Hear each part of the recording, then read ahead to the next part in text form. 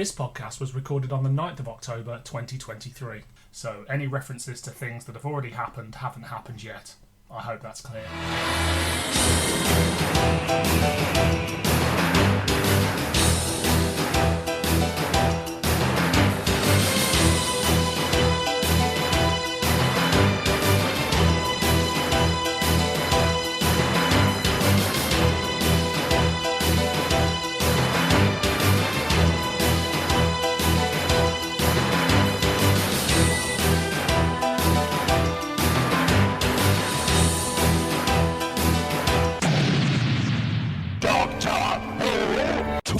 Too hot for TV. Welcome back to Doctor Who Too Hot for TV. We are the podcast that looks at all things Doctor Who Extended Universe. Today, I am joined by the host of Maximum Power, Trap One, and more episodes of A Hamster with a Blunt Pen Knife than anyone else should dare to do. It's only Mr. Si Hart. Hi. How's it going? Yeah, all good, thank you. Yeah, I'm delighted to be here. It's wonderful to have you here. Now, we met in the real world some time ago and we talked about doing a very particular episode of this podcast. So, Si, why don't you tell everyone what you're here to discuss today? Well, I think this is possibly the greatest spin-off from Doctor Who ever. Much loved by fans, particularly for its reimagining of the central character. It's the K9 series. Hooray. Well, that is very exciting. Now, I'm going to jump into your thoughts on that in a little bit, but before we kick off, I need to know a bit more about you and your placement in fandom and all this stuff, so I have to hit you with the generic question of how did you become a Doctor Who fan to start with?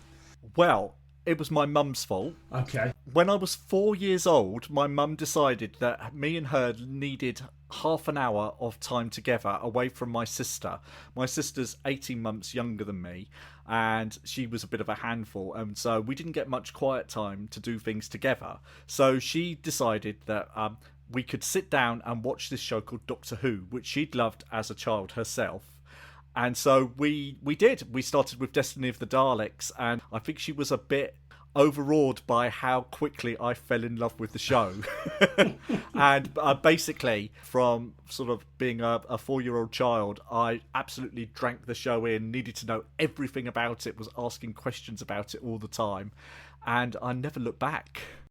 She's got a lot to answer for. Yeah, I think she's regretted it ever since. I think my parents were not expecting me to absolutely obsess about the show in the way that I did at a very early age. So, yeah, and that's it. So since 1979, I've been a huge fan of the show. I've never had one of those teenage dip outs that everyone else had because I met another fan at that time at secondary school.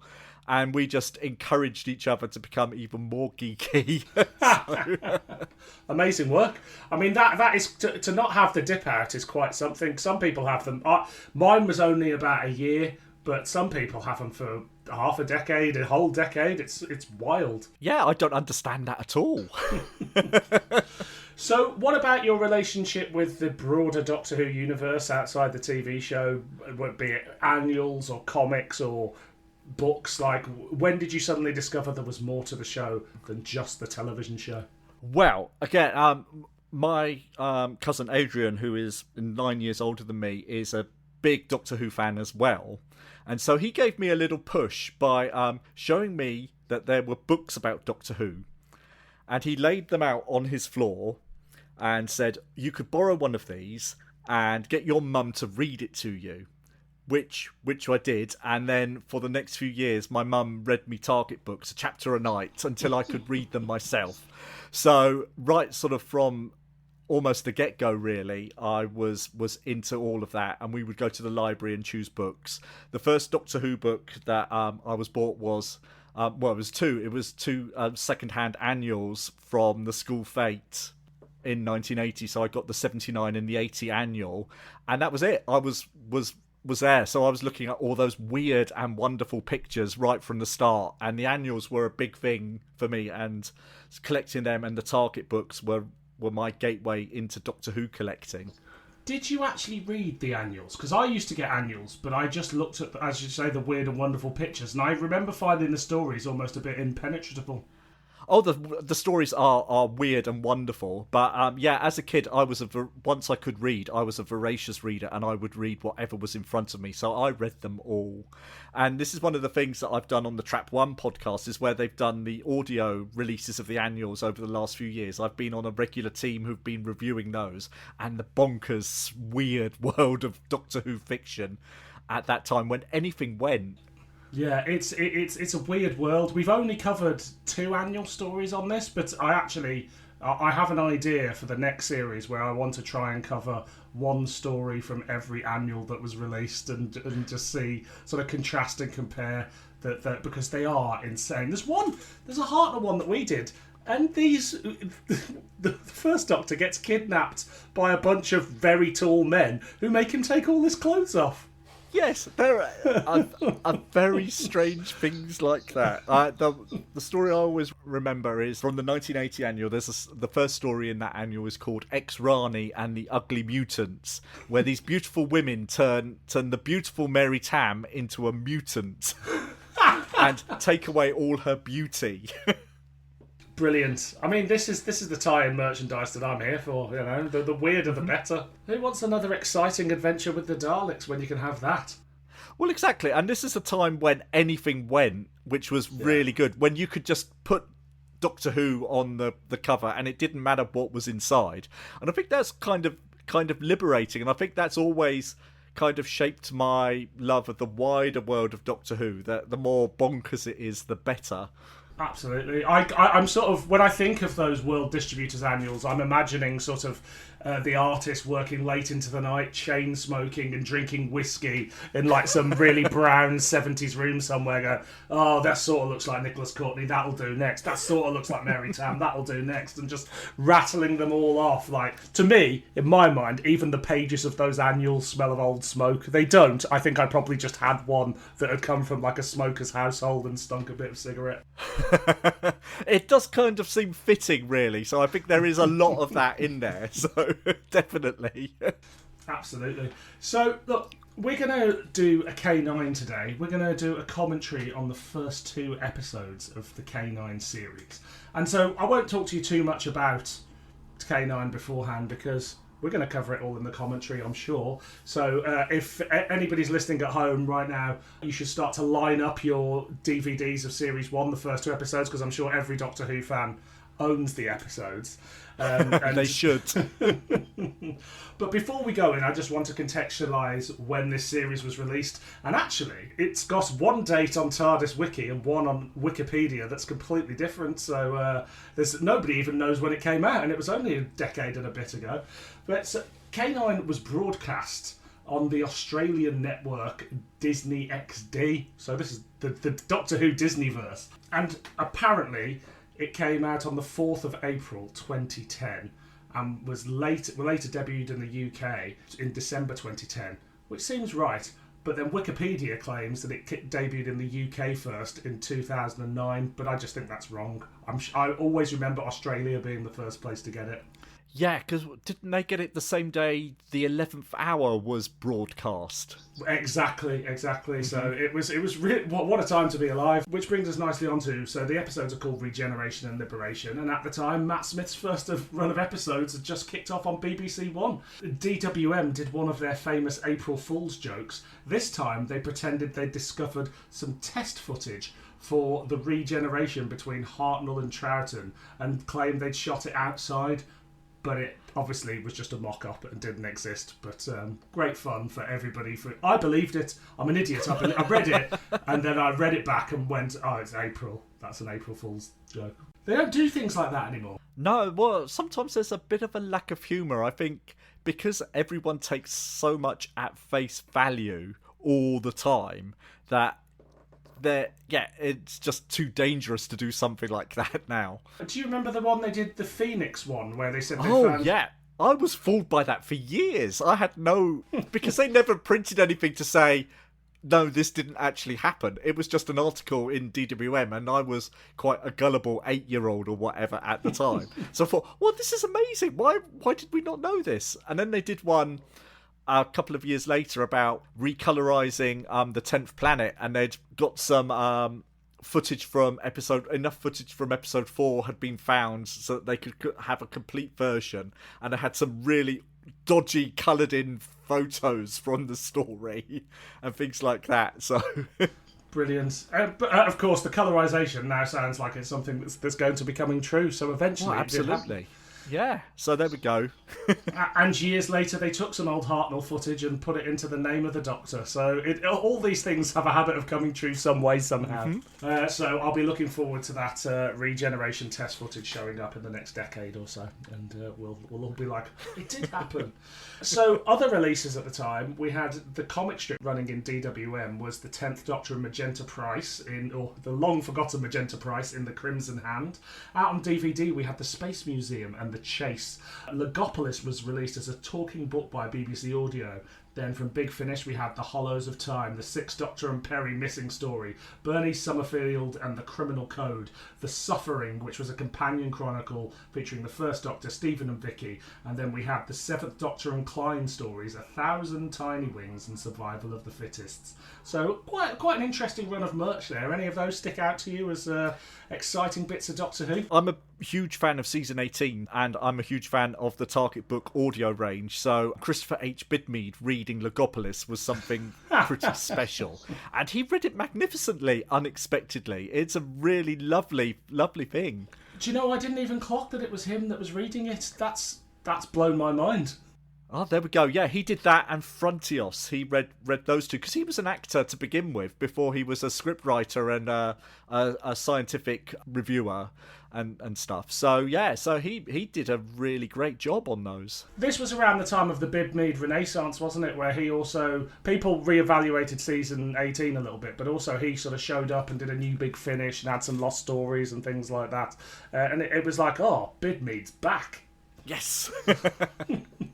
And also he was someone that didn't do conventions or really interviews for a long time, so it was quite interesting to see him suddenly show up again. I don't know whether he was after some cash or whether it was just people never reached out to him or whatever it was, but it was nice. He's someone with very unique views on the show that don't always chime with my own, but boy do I enjoy hearing him talk. He's certainly got a sense of self-worth. I think we can say he knows he's good, and he's not unhappy to tell everyone. He's always going to be there pushing Absolutely. His own work. But I'd rather listen to his positivity about his own work than Eric Saywood's negativity about his own work. Yeah, and at least he's got something positive to say about JNT. Yes, exactly. We sort of set the scene of the time. It was a great time to be a Doctor Who fan, and in the midst of all of that, we get this K9 series. Before we press play, I just want to know, did you watch this when it was broadcast? Yeah, I actually caught quite a few episodes on the Jetix channel back in the day, because they showed it, because I think it was they'd started it off and then they were taken over by Disney, and so they showed, but I'm not sure in the UK they showed every episode. There seemed to be a certain number on a loop for quite a while, and I kept catching the same ones. So I did then catch it when it was on Channel 5, but it turns out from my marathon run of watching nearly the whole series in a weekend this weekend, which is, if I'm rather dazed tonight, that'll be why. It turns out I hadn't seen every episode, and it also turns out I hadn't actually unwrapped the DVD of Series 1 Volume 2. So So when you went into work this morning and everyone was like, "Oh, have you had a heavy weekend?" expecting drinks, drugs, whatever, and you just watched the whole of the K9 series. I think it was the humming the theme tune that was putting people off, which seems to be just on a loop round my head now. Well, look, shall we jump into okay. these episodes? For people listening at home, if you do want to, match it up, we are doing them back to back, so there won't be any break in between the two episodes. We're just going to go straight from one to the other and see what we come up with and see what we enjoy. Okay. If you're ready in 5, 4, 3, 2, 1. Are we rolling? Here we go. Do you know what? I think these are a spectacular set of titles. This was the first thing that hit me. It's one of the things the money's clearly gone on. I love the theme tune. Yeah. I love the titles. I don't know whether it quite sells the series you're about to see. When you see these titles. And I love that there's a bit of a nod to the K9 and Company titles with the schematics of K9 like you get at the start of those. But compared to the titles for the Sarah Jane Adventures or Torchwood, these are pretty spectacular stuff. I completely agree. Now, I'm always interested in like where and how people are spending money on these things. And we open, considering there are budget problems as you go throughout the season and this story as well. They've built a set of like a house and a street, and it's obviously a set. But I'm like, that's a lot of money to spend for a little kid show like this. And then when they come in, they're in a real house, I think. Yeah, because the house is really good and really, really lovely. It's a nice setting. I mean, it doesn't convince that it's outside at all, but no. they're giving it a try. This whole thing has got a real feel to me of... Obviously, this was made in Australia, and it reminded me immediately, before I'd sort of remembered that it was in Australia, of shows I used to watch as a kid. There was a program called The Girl from Tomorrow. There was the remake of The Tomorrow People, which I think was Australian as well. And I used to watch those as a kid. And this feels like the bedfellow of these, or their natural successor. It's quite interesting to suddenly to be taken back to that point of my childhood with this. Yeah, it's a sort of round the twist and things like that as well. So, I mean, it's a bit of a pity, really, that they didn't actually think, do you know what, we're filming in Australia, let's actually set it in Sydney, because it doesn't look very much like London. No, I guess they're thinking Doctor Who's a British show, quintessentially British, but when you're so sort of far removed from Doctor Who with this, why not just set it in Sydney? Yeah, and we wouldn't have some of the actors struggling with an accent at that point as well, and all of those things. Embrace where you actually are, I think, might have made this series a bit more. Yeah, and I mean, they're really trying to sell this dystopian future on a budget of, not a lot, I can imagine, which is really in the vein of Doctor Who. Absolutely, yeah. And those screens sort of above the Thames, are really not. It's sort of quite nice that it's sort of setting up a future setting, and obviously you've got the CPCs, which are in nearly every episode because they've made a costume, so they're going to be there. And this is sort of selling the dystopia of this future. Yeah, and it does enough to sell the dystopia, even though we don't quite get the Blade Runner-esque city shots that you would probably hope for. It kind of feels to me like I could imagine if there was a series of Doctor Who made in the early 90s that of it as a co-production, it looking a bit like this. Yeah, actually, that's sort of a good point. I think that's entirely possible. Yeah, it's just like there's something about it that is strangely nostalgic, even though it's not something that I have any nostalgia for at all. No, I can see that. I think maybe it's sort of because we've got Bob Baker involved, sort of overseeing it, that there is that sort of retro feel. Yeah. And again, you've got these lovely self-contained stories in 24 minutes. Yeah, which is the format that we love and know. Absolutely. So it feels sort of quite comforting. Yeah. So we've got sort of our main characters here creeping into the Professor's place. Now, the Professor's here, isn't he? Because we need a character that's like Doctor Who that's not Doctor Who. Exactly, yeah. So this is our Sarah Jane substitute in this series, or for kids, and he's really good. I think Robert Maloney is sort of nicely eccentric. He's sort of giving it his all. He's got a couple of little catchphrases that he's got through the series.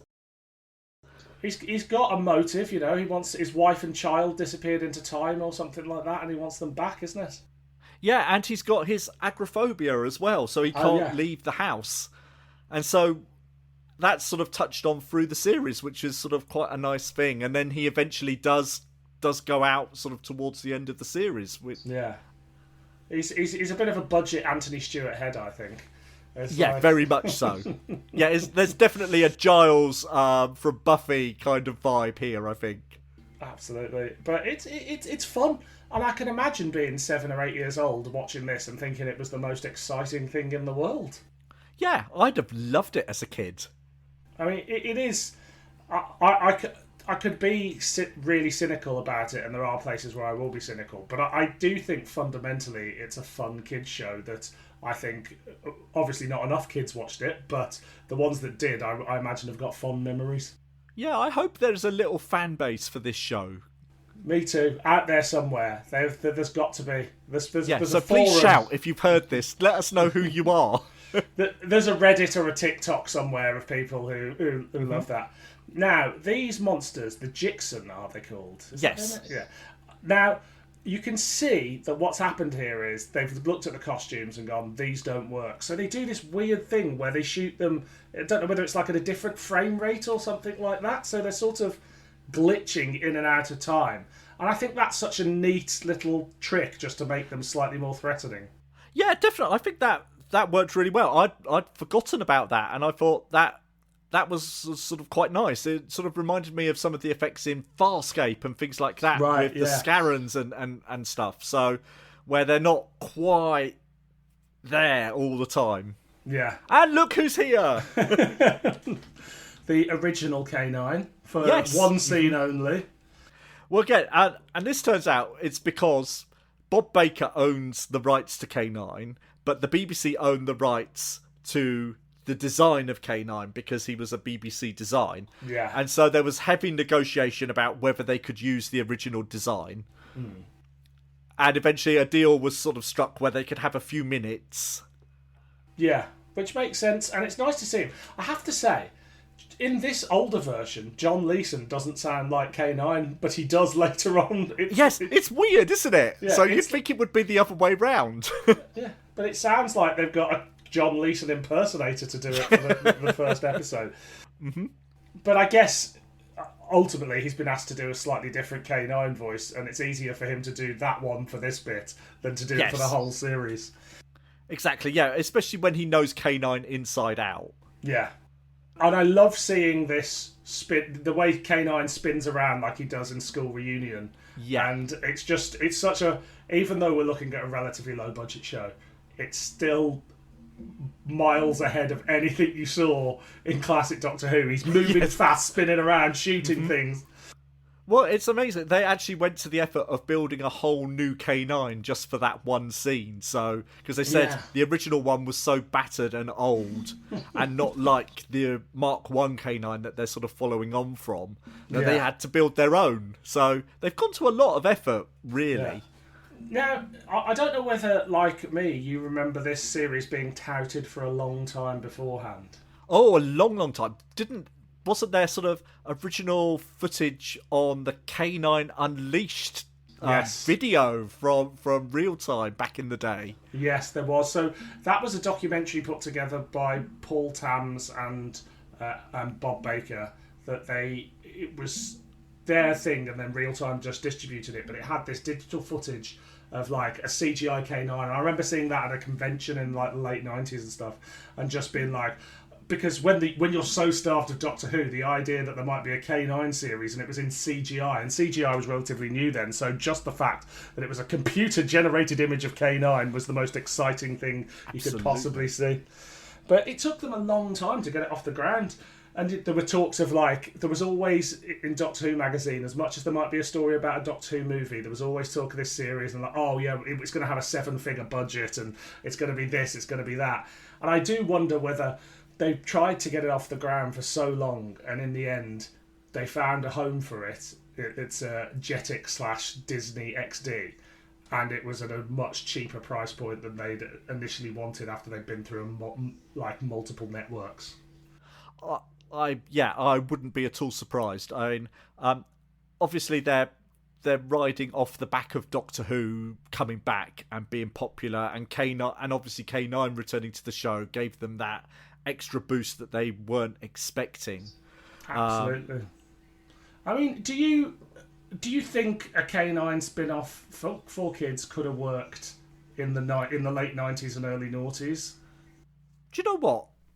I'm a huge fan of K9. K9 was the first thing in Doctor Who that I loved. Sort of as a very young child, I thought he was just fantastic. So there's something about him that appeals to kids, but I'm not sure if sort of the late 90s would have been the right time for that. I think there would have been the baggage of it being related to Doctor Who at that point, which would have worked against it. Absolutely. And, like, ultimately, with it not being something that's in the sort of cultural zeitgeist, why not just make something completely new, which is, I imagine, what they came up against when people were like, well, can we just not relate it to Doctor Who? It's 1997, let's just do something new about a robot dog or a robot cat or whatever. So we've just had the K9 redesign on screen for the first time. What do you think of the redesign? Well, yes. I know they're sort of hamstrung by having to do something different, but actually, you know what? This might be, again, because I've watched the whole series nearly in a weekend. By the end of it, I thought, do you know what? He's not that bad.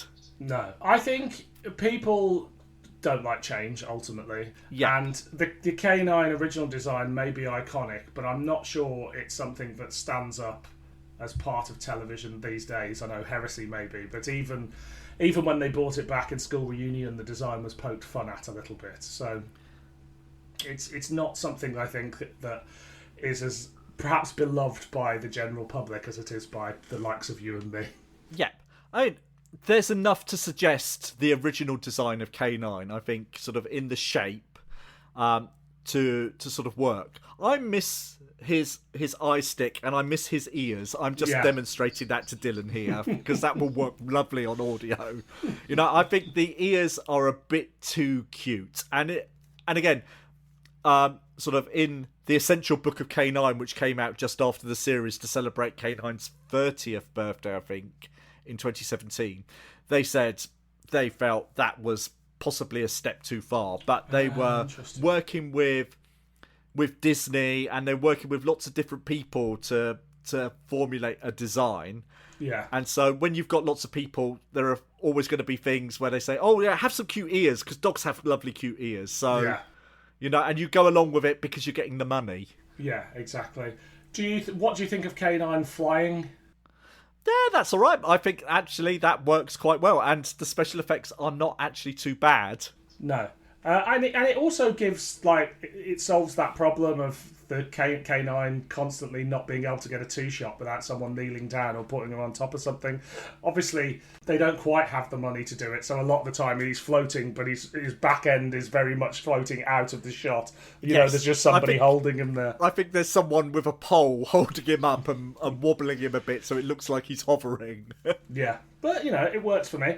And now we've got this moment where all of a sudden we're in the Matrix, which is something you have to do in early noughties and late 90s sci-fi. Yeah, yeah, it's like it's the law, isn't it? So, yeah. So what do we think of the kids here? So our sort of two leads, our lead cast.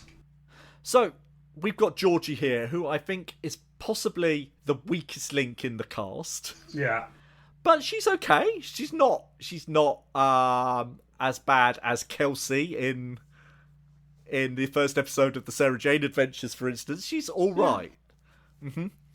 Yeah, I think, you know, they're very much child actors.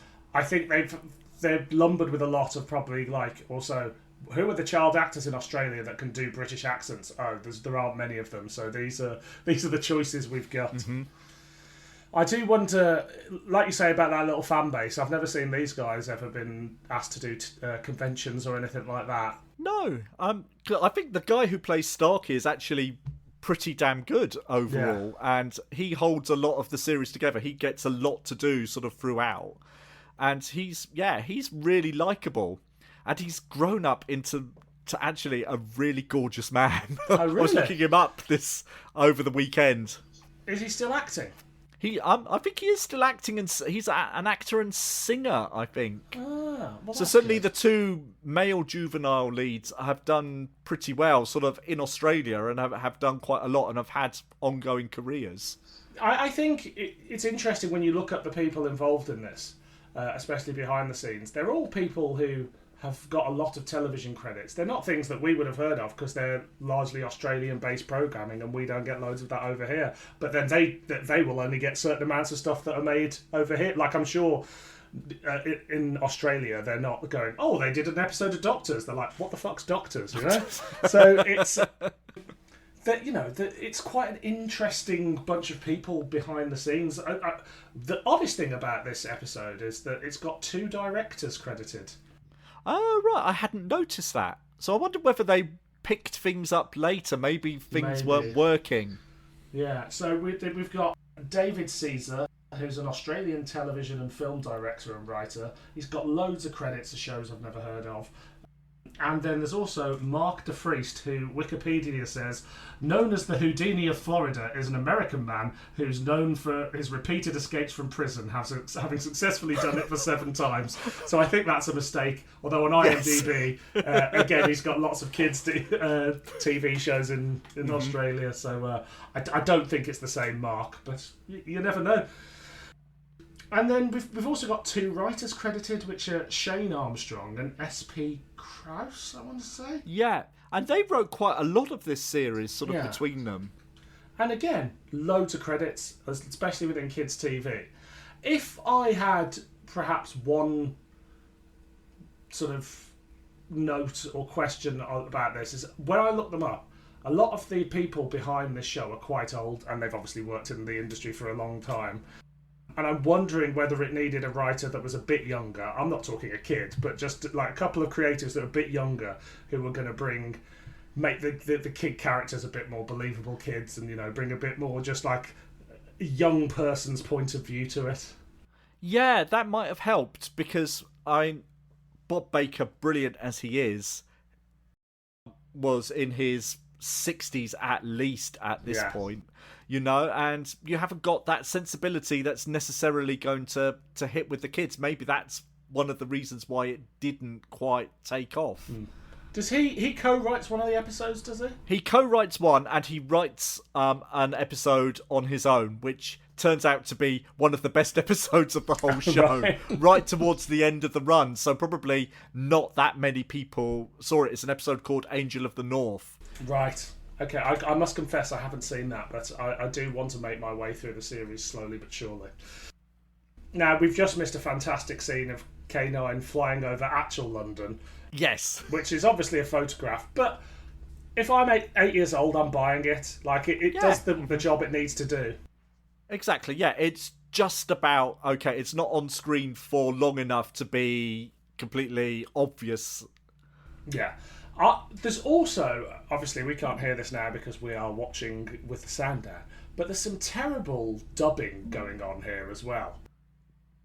There's various points where they're outside, but then the scene where they're in the taxis, just them, they've ADR'd everybody's voices, and I was sat there and I was just like, I can't understand why they've done this for so many of the scenes unless they literally had a terrible sound recordist, and it was really jarring.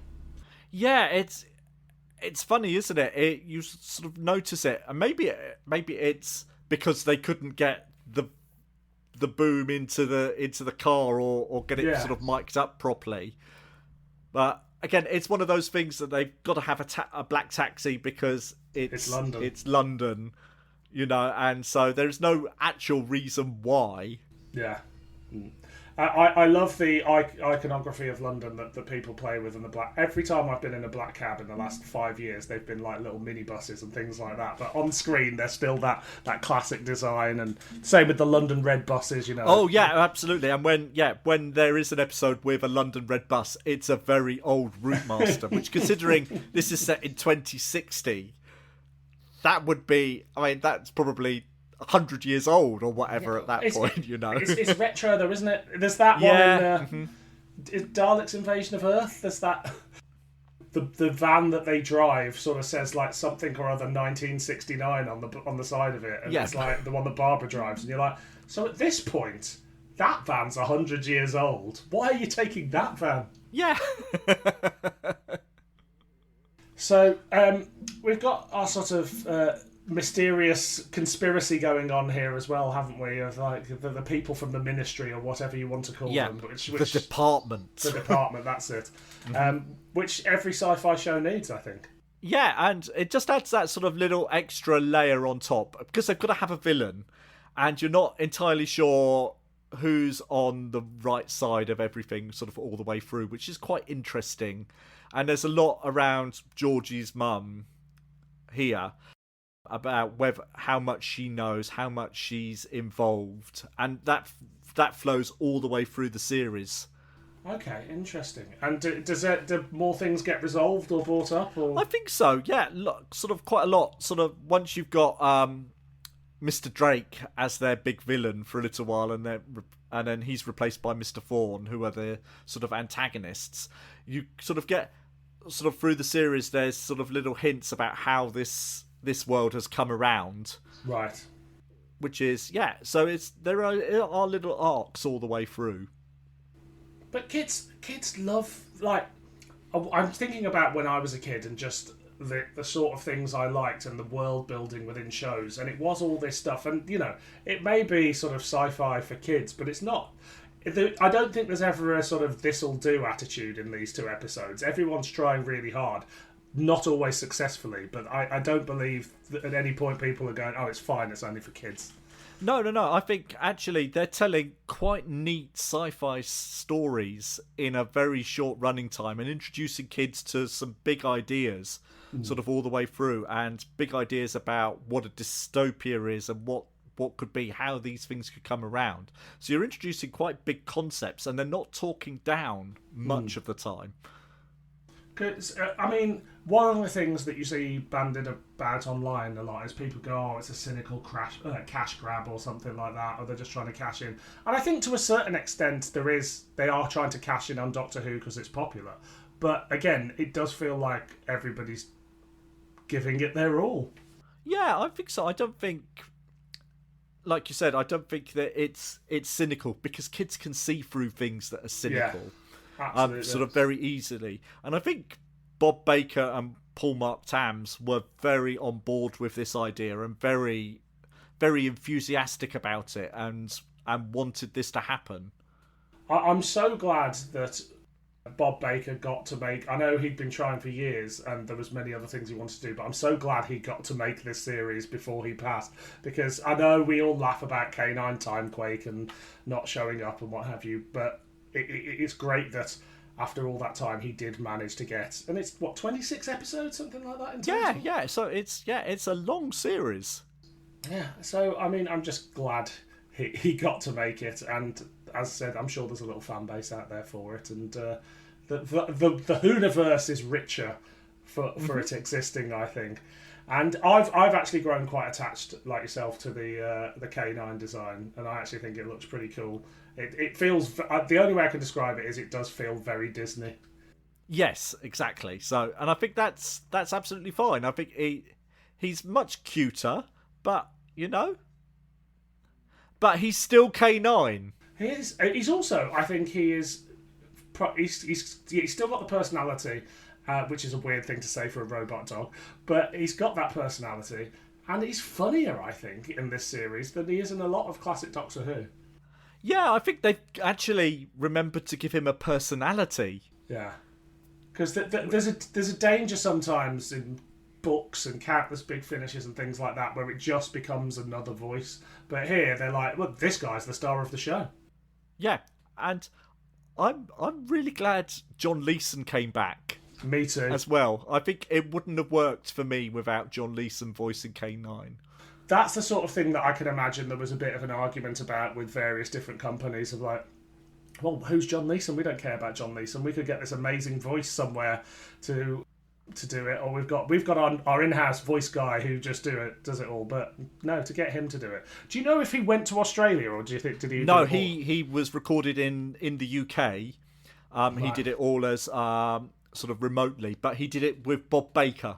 Oh, okay. So he was there to sort of direct the voice and sort of work sort of remotely with the Australian team. So he's never met his co-stars then? I don't think so, no. Oh, wow. And I imagine they had someone who was in the studio voice doing a sort of read-in. I am going to write a letter to Phantom Films after this, Phantom Events, and say, we need a reunion for this show. You're always doing the Sarah Jane Adventure stuff. I need you to get I need to get John Leeson and the kids over from Australia, and we need to see that cast together. Yeah, that would be awesome. I'm surprised actually, because obviously Australia always has this problem of trying to get Doctor Who conventions on the go that these guys don't. I mean, maybe they do, but make regular appearances. Maybe we just don't hear about it. Yeah, yeah, very true. But I listen to quite a few Australian podcasts, and it never gets mentioned. Why do you think this series isn't sort of? It's a bit of a joke in Doctor Who fan circles. It's not universally loved, and it's also this thing of it's panned by a lot of people who I don't think have ever seen it. Because I was very cynical about it until I watched it. So yeah, why do you think it's just been sort of ignored by and large? I think there are a couple of reasons. I think firstly, being Doctor Who fans, I think the fact that the BBC weren't involved. Yeah.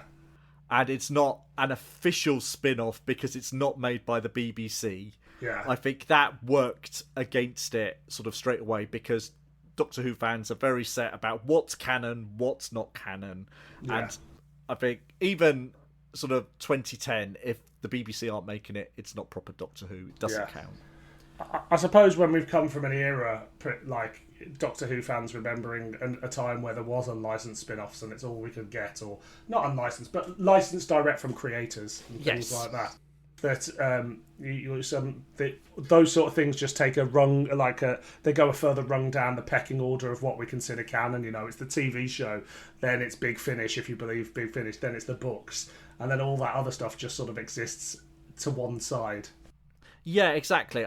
It's and I think it was just the difficulty of seeing it, knowing it was out there, but not being able. It wasn't widely distributed, and I think the fact that Channel 5 picked it up rather than the BBC, I think also then sort of said, oh, the BBC don't want this, they don't want a part of this, so why would I want this? I wonder why the BBC didn't want it, or whether Channel 5 were willing to pay more money for it, or I wonder what the story don't know. It's sort of not covered. All the sort of essential Book of K9 said was the BBC passed on showing the series. Because, I mean, I've not seen the whole thing, but it's not that far removed from the Sarah Jane Adventures. No, not really. I mean, you've got a group of young children with a responsible adult who knows a bit about aliens and technology. Actually, the setup is pretty similar. So, it is odd, but I can understand the BBC not wanting a bit of Doctor Who that they're not in control of, I guess. Yeah, I could definitely understand that. So, yeah, it just seemed like it almost passed under the radar, and you had to, if you wanted to see it, you really had to work and hunt it out yourself. And I think maybe that worked a bit against it. And then it wasn't like even the DVDs were easy to get hold of at the time. There was quite a limited run. And so I think people just sort of passed on it. I was just going to say, I think if it built up momentum with a second and a third series, people probably would have gone, oh, so they're still making this. There must be something about this to watch. Yeah, I think, just a single series, then you think, oh, well, it's obviously a failure. Yeah. So why would I bother with that, Yeah. Which is a shame, because making 26 episodes of anything is no mean feat. No, absolutely not. So when I announced on Twitter that we were doing this, I asked for a few people to send in comments and questions. So the first one of these, well, I'll give you two right now. One is from Michael Mills, who says, do you at any point believe they are in London and not Australia? No. Not at all. No. Now, would an 8-year-old know the difference, do you think? Possibly not. Sometimes if you're told something enough, you believe it. And they've got, like we said sort of earlier on, there are enough of the trappings to so that they've made a little bit of an effort. So there's red pillar boxes, there's buses, there's things like that you see. So, it's not a bad effort, but it's not a great effort either. I think that weirdly this has got, in terms of the way it's made, it's got more in common with classic Doctor Who than new Doctor Who, just in terms of it's about selling the world necessarily, as opposed to making a believable world, if that makes sense. Yeah, absolutely. So they know their limitations, so you know what? This is what we can do, and we're just going to go for it, whatever.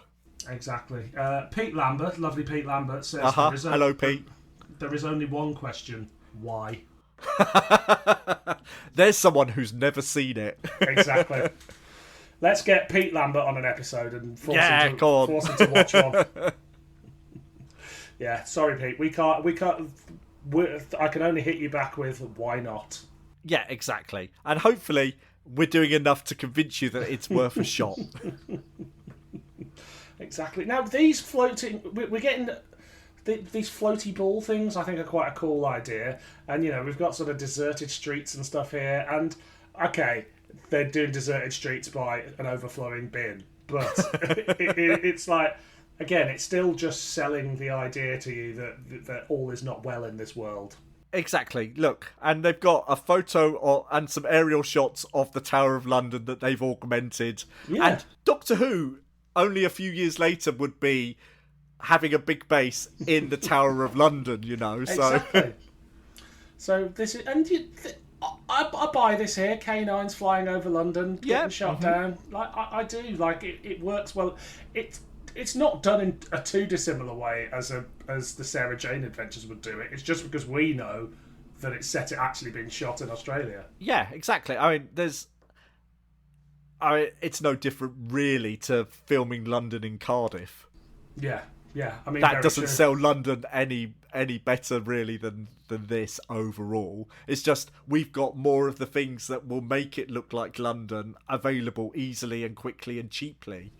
Yeah, I was in Cardiff quite recently, and it was quite interesting walking around. And you just kind of you realise, how small the area is that they're using whenever they're trying to sell the city, and B, how much of it we've seen so many times. Oh, absolutely. But I mean, the scenes in The Runaway Bride where they're apparently on the Chiswick flyover look nothing at all like the Chiswick flyover. There are not those trees right nearby, So, it's the same kind of thing. Exactly. I actually hope that the extra money from Disney is just being spent to rectify things like that. Like, no, we're actually going to go to London and film it, and yes, it's not on better guest stars or special effects. It's just geographical accuracy. Yeah, being able to travel a bit more. So we're about to. They've just fallen through a brick wall that was in no way set up to. Absolutely collapse. not. But and we're about to go into a little prison, if I remember. Now we get a cameo here, which sort of cameoed in the first episode as well, of an Axon, don't we? Yes, we do. And there are lots of little Easter eggs like that sort of through the series. There's an alien that looks very like Alpha Centauri with a single eye. Yeah. Sort of dressed in a suit, and there's a picture of a sea devil in a book of mythology that they're looking at one point. Yeah, and I believe there's a picture of a mandrel in the same book, like a drawing of a mandrel. There is, yes. Yeah, and obviously Bob Baker invented the mandrels, so he could get away with that, and the Axons as well. And there's a character that looks like one of the delegates from Dalek's Master Plan or Mission to the Unknown, I think, like Centrion or something like that. Yep. Mm-hmm. But I don't know whether that's just people reading things into it. Yeah, it looks sort of like a plant creature, and they're sort of easy to do. Put a few leaves on. Yeah. But, it's... those little touches, even though they're obviously a bit cheeky, I mean, that's what I'm here for, right? Yeah, absolutely, yeah. And that links it into the universe we know, which is sort of quite nice. And they're all little things at this point that... There's your Axon. Oh, there we go. I mean... It doesn't look quite as good as the Axons back in 1970. No, even though they've done the ping pong eyes. But you've got so little time and so little money. It's but it's just this effort they go to of filling those cells with all different aliens. Because they didn't have to. No, you could have had a shape under a blanket and things like that, and it would. And so we get a bunch of aliens that are very kids' TV, but I like them. I'm there. Yeah, and I mean, and sort of the whole continuity of K9 is based on this being K9 Mark 1, who's been sent on missions by the Time Lords, which happened in the Dave Martin series of picture books, which I absolutely loved as a young child. I got bought each of those weekly for being good at school when I started school. So there's that sort of continuity, but they can't outrightly state this is the K9 that belonged to the Doctor who's on Gallifrey, who's been sent by the Time Lords. But it's all hinted at sort of in the wider sort of publicity that they did for the show. Brilliant. I've never read those books, but they look amazing. They're lovely. They are absolutely adorable. And K9 has his own little spaceship called K-Nell that he flies round in. Oh, I love those. Have they been turned into audiobooks? John Leeson did an audiobook, because they're only 4 little books, so he did it on a single CD. That was released a few years back. I've got a copy of that somewhere. Yeah, they're absolutely gorgeous. You might have to become my go-to K9 guest for all Doctor Who's K9 spin-off. Okay, I'm here for that. Another couple of things that people raised online.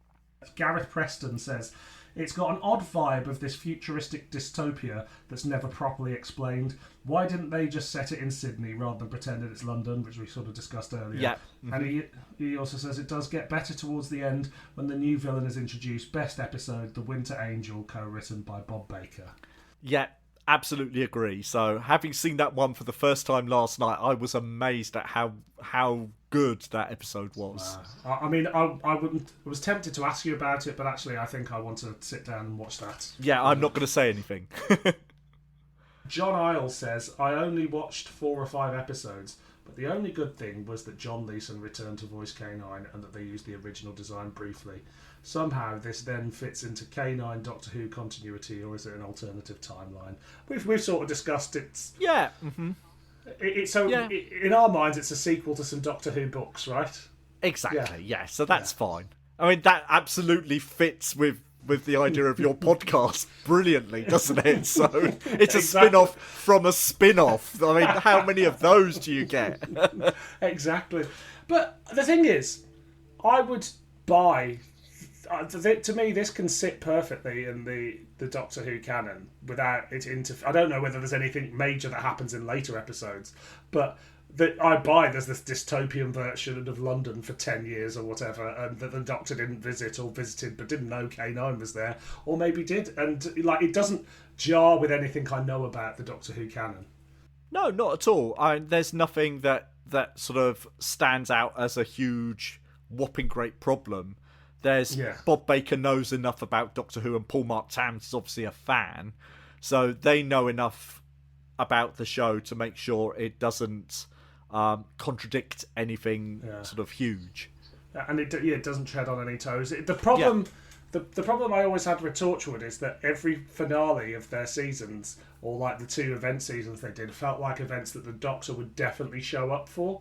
Whereas with what I like in the Torchwood stuff is the more character and the smaller stories, the countrysides and things like that, where you're like, of course the Doctor's not going to get involved in that. And I get a bit of that, albeit in a very different vibe here. They're small-scale stories that the Doctor doesn't need to show up for. Yeah, and that's absolutely the remit of the Sarah Jane adventures, isn't it? That these are things that she can handle, so he doesn't have to he doesn't have to turn up for them. That's absolutely fine. And he'll turn up a couple of times just when things are really, really bad or whatever. Absolutely. So it's treading that fine line. And, if we are heading into a world where there may be lots of Doctor Who spin-offs on television, then that's something that they're going to have to be equally careful of. Of course, yeah, because otherwise it sort of begs the question of, what's the Doctor for? Yeah, so, exactly. I mean, if UNIT are an all-powerful alien-blasting... force, and not an inept bunch of men, all 6 of them sort of fighting off aliens in the home counties, then what do you need the Doctor for? Absolutely. Now, we just missed it, all the aliens just burst out, and they do a fantastic little shot where we see them all running down a corridor, then they cut, and they're obviously using the same costumes again, but it just adds scale and makes you feel like, oh, there's loads and loads of aliens there, and not the six costumes they've got. And it reminds me of all the geniuses in Time and the Rani, where they're all running through a quarry, and there's all these bizarre costumes sort of on screen, but you can't quite see enough of them to make it look really awful. Yeah, absolutely. Yeah, so in that way, it's very like classic Doctor Who. Yeah, this is what I'm getting from it more and more. I'm reminded of things I enjoyed as a kid, including classic Doctor Who. Another bit of input from the internet from The Hair of the Hound, who says, fun fact, Si can only express his negative side while flying around the room wearing a cape and nothing else. He knows that's my favourite bit of this whole series, is where K9 turns bad and wears a big cape. Amazing. And why wouldn't he? Absolutely. This is what we've been missing in Doctor Who all these years. Now, James H. says, should the new look K9 make a one-off appearance in Doctor Who? And if so, how many bits should it be blown into? Now, oh, James. Yeah, come on, James. No, it's fine. I know a lot of people don't like this design, but it does lead to a question. If K9 was to return in Doctor Who, do we want this design? Do we want the design from the classic series or something new? Well, you know what? I think as long as it's recognisably K9, do what they did with the Daleks when the series came back. Yeah. And reinvent it just enough so that there's enough of the original that it's absolutely the same character, but just modernise it a bit. Because it is very 1977, and it's very much the limitations of money and technology at that time. So I think you can do something that's similar but upgraded. Yeah. Can you see a place in a modern Doctor Who series for K9? Oh, I can always see a place for K9. That's this is my big stumbling block. That K9 is like my thing, where it doesn't matter where he is or where or whatever. If he turns up, I'm just there for it. So I didn't think it would work in School Reunion, and he absolutely did. I watched my nephew, who was 6 at the time, fall in love with K9 the same way I did. Amazing. Because K9 was in Russell T Davies's original pitch document, wasn't he, for Series 1? It said the Doctor rose and rights permitting, I think it said, or something like that, maybe even K9. Obviously, that only transpired into what like that one appearance and then cameos in the Sarah Jane adventures. But, you know, maybe there was a world where we saw Christopher Eccleston, Billy Piper and K9 running around Cardiff. Do you know, I can't quite picture Christopher Eccleston and K9 working somehow. No, I think Christopher Eccleston would have run a mile from that. Yeah. Tennant, I can see him working with fine. Matt Smith, fine. I can't see it working with Capaldi. No, Jodie, I think, would absolutely work. Yeah, it's the slightly darker, angrier Doctors that it doesn't quite work with, which is weird, because Tom Baker was angry all the time at that period. So the plot's sort of wrapping itself up here at the moment, and we're getting lots of. Oh, there's the Axon again. We're getting all our monsters. There's some cool little designs there. I think so. Yeah, and if they'd had a bit more money, those designs might have sung quite nicely. But sort of later in the series, where you get the Corvan, who have become one of the sort of recurring enemies, they're not too badly designed. Yeah, no, absolutely. I like the design. I keep saying this a lot, but the design work is limited to the budget that they're working with. But it does sell these worlds, and I'm reminded of the end of the world when that first happened, and there's some great monster designs in there, but of course, standardly, there's just some people covered in face paint, and some people with big and hoods someone with some wicker around their face. It's like they've got more money, so they can go, hey, we've got 15 delegates, and we can make 6 of them look really good, and then the others are just whatever. They're just in the background. We've got enough. We've got to spend our money on this tree person. We can't. But not everyone can look amazing. One thing that I actually realised, and so Lee Wood asked on Twitter.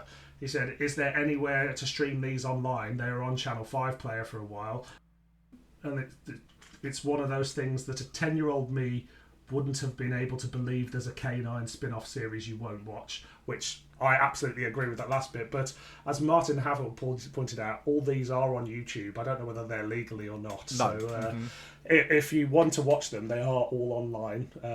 And the DVDs are still about on Amazon and eBay. You can pick them up for a few quid. I've only got the Volume 1 DVD, actually. And I can't find Volume 2 at the moment, but I must... It will turn up.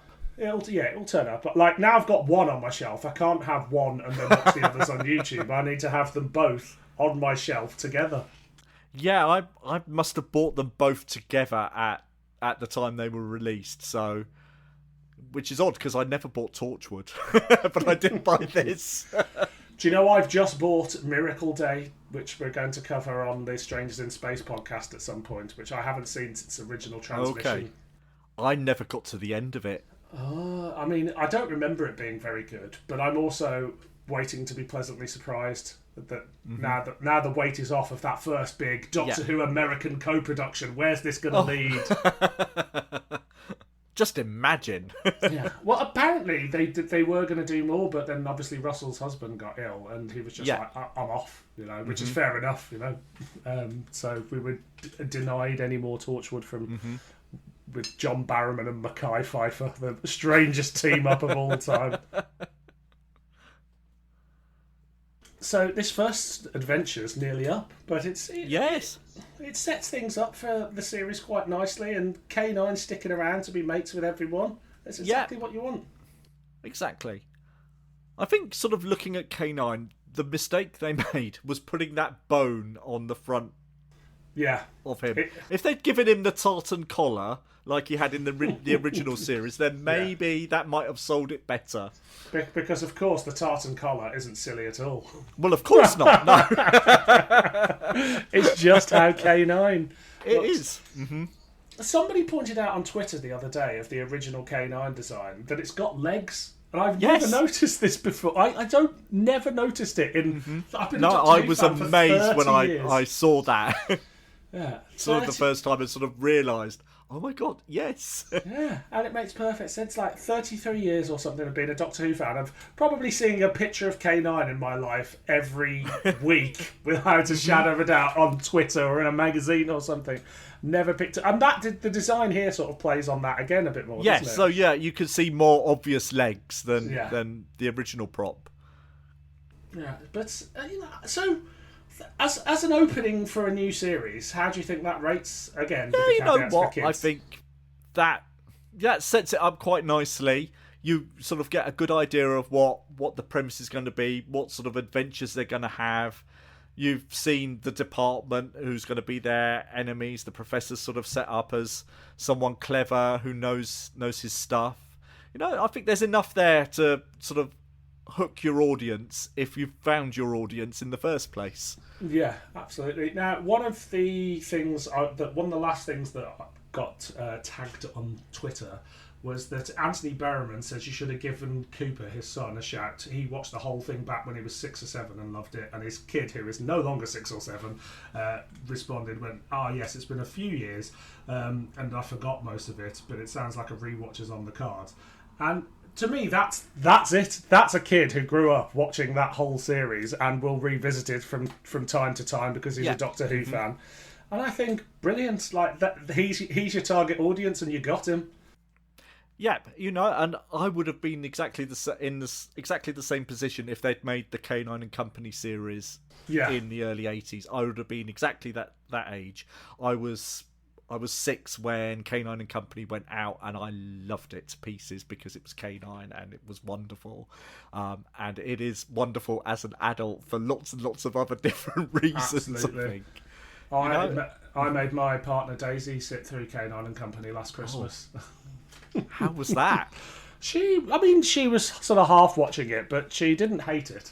Okay, there we go. That's not bad. she thought it was quite a lot of fun. She thought it was quite silly in places. But she sat through it and was like, well, that was reasonably okay. Well, there we go. You can't hope for more than that. Exactly. So, I've got to ask you a dark and dangerous question. Okay.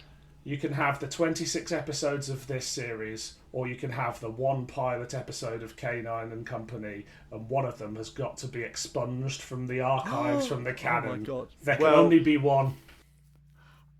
Yeah, I don't think I could get through life without having the amazing titles of K9 and Company in there somewhere. So I'm sorry, K9. Much as I love this series, K9 and Company will always sort of win out because I was at the right age for that show at the time. Absolutely. I too, I've got so much nostalgia for K9 and Company that I couldn't live in a universe without it. So I must agree with you. What do you think a series of K9 and Company would have looked like, just out of interest? Well, I mean, have you ever read the K9 Annual? I've not, but it's on my list of things to revisit. Basically, for this podcast. they take the premise of K9 and Company, and Sarah and Brendan and K9 go around seeking out evil witch covens across the UK, and Satanists, lots of Satanists, and lots of mysteries of that ilk. So they've taken the premise of the series to the absolute letter. Wow, K9 Witch Hunter. That's incredible. Yeah. It could have worked. I don't know. But I'm not sure how many black art cults there were in the UK for Sarah and K9 and Brendan to expose, really. It is that thing, like, I really love K9 and Company. But you do go, well, they live out in the country. What else have they got to do at this point? Yeah, exactly. And Bob Baker and Dave Martin sort of both said, A, why didn't you ask us to write this? Yeah. And B, this should have been something like investigating computer banking fraud or something like that. Something that was really modern and something that used K9 in a clever way because of his technology and everything else. Whereas you've got this quite old-fashioned sort of 1950s, 1960s village full of people who are all part of the coven that you don't get time to explore. And actually, you could have done a sort of more techno-thriller kind of thing. With Sarah as the journalist investigating this in with the city. K9. In the city, Yeah. Makes a lot more sense. Terence Dudley was about an odd choice to write most Absolutely. things. Terence Dudley was an odd choice for just about everything he did. But so, I'm not sure they picked the right person to do this. And JNT obviously wanted a big, glitzy, fun, American-style detective series. Yeah. And didn't have the budget or the weather to sort of sell this. So you've got this cold and quite austere kind of feel to it. And Sarah Jane's not quite right either. Yeah. So... But I've got a lot of time for it. It's like, it's one of, much like this, it's one of those obscurities in Doctor Who that I'm just so glad it exists. Yeah, absolutely. The world would be, as we said, would be worse for not having it. And it obviously spearheaded Sarah and K9 being paired together, which then led to School Reunion and the Sarah Jane adventure. So they've got all of this. They're thinking on the right lines and just haven't quite got there. Exactly. So I have to ask everybody to rate the story we've just experienced. So Regeneration and Liberation, the 2 episodes were. And you have to decide whether it's a clanger, a banger, or an average meander. It's an average meander. Yes. I don't think you can say that it's not a banger, and it's definitely not a clanger. It's competent and it's good, but it's not flying. Yeah, I agree. It's a fun ride. You don't sit there as a cynical adult and go, well, I must watch more of this, although you did. Yeah, well, I'm not your average adult, it's true. Neither am I, don't worry. That's why we're here doing Doctor Who podcasts. So, look, Si, thanks for coming to chat to me today about K9, and you're welcome back anytime to talk about K9 or other things that aren't K9. If it wasn't on television, we're always happy to cover it. So why don't you tell the people listening where they can find you on the internet, should they wish to? Okay, well, I'm on Twitter. I'm not going to call it X. I'm still refusing to do that. While it still lasts, I'm at Si_Hart, or you can find me on Blue Sky as at Si Hart, all one word. And you can find me on many, many podcasts. So my main one really is Maximum Power, which is the Blake 7 podcast. We'll be back for Series C of Blake 7 shortly, which was very exciting. We've recorded all of those episodes. You can find me as a host on many an episode of Trap 1, and anyone else who wants me to come along and talk about Doctor Who, I'm quite happy to do it. Including many a hamster, right? Absolutely. Well, yeah, more than anyone else. So when I first started doing hamsters with Joe, I was like, what about that one? Is that Si Hart's done it? What about that one? I've heard that a lot. Too Hot for TV will be back in a few weeks, where I'll be joined by Martin Havel, and we'll be looking at the Torchwood audio story Broken and Jago, Lightfoot and Strax The Haunting. So 2 potential Big Finish bangers there. It's been great fun to talk K9 with you today. This has been Doctor Who Too Hot for TV. I've been Dylan. I've been Si. And we'll speak again soon.